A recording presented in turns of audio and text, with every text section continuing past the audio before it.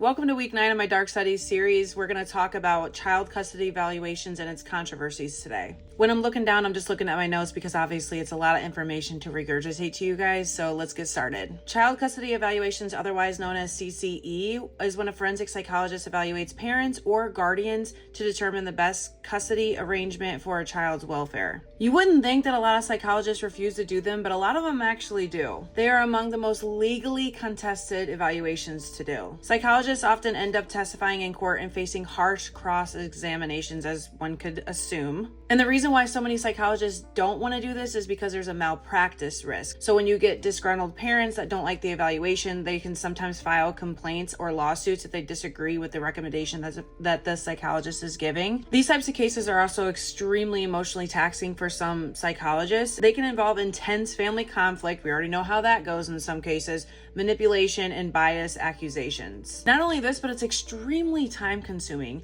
A thorough CCE can take 50 to 100 plus hours of record review, interviews, testing, and report writing, and other collateral information. Again, if a psychologist does want to engage in these type of evaluations, they have to have a unbiased point of view, meaning that they have objectivity at the risk, meaning that psychologists must maintain neutrality while assessing deeply emotional adversarial situations. I said that word, adversarial? You get what I'm saying. Not only this, but some psychologists actually feel a subtle coercion from the court or the attorneys to give in to one side, to favor one side over the other. There are arguments that go against avoiding them, such as public responsibility, which means that the children's best interests need competent evaluators.